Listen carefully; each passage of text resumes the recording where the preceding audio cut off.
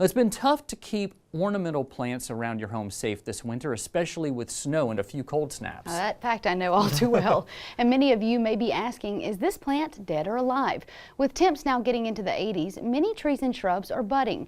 We recently spoke with Lee Rouse with the LSU AgCenter to see how you can tell if your plant will come back or not. So we had a pretty severe cold this winter. We had 2 severe cold snaps and a couple of freezing rains and snows. That's knocked back a lot of our plant material. As you can see here, a lot of it's coming back. Some of our citrus is starting to bud out. You can see the new growth here. This is the old growth that did not get hit by the freeze. And then this here is some of the growth that did get hit by the freeze from last year. As far as crepe myrtles budding out, this is not really the time they're gonna bud out anyways. So we do need to wait a few more weeks. You'll start to see those buds at the tips of the branches swell.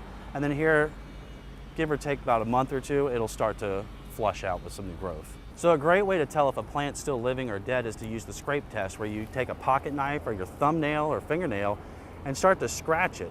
If it's brown, that does not necessarily mean that it's dead. As you can see down here, there are some buds breaking. But if you do see some green, then you know immediately that that plant's gonna be fine and it's gonna take a few weeks to come back. So this is another example of a tropical tree or shrub. It's Duranta. As you can see here, the bark is starting to peel and crack. This is a great example that at least this area is dead and not coming back.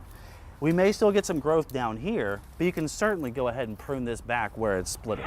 Rouse writes articles for the Advocate newspaper in Baton Rouge and also hosts a radio program about horticulture on 89.3 WRKF. Still to come on Twyla, it's Lenten season, which means for South Louisiana we're enjoying a lot of seafood. AJ Savine takes us to New Orleans, where they've been uniquely celebrating Lent for more than 20 years. Stay with us.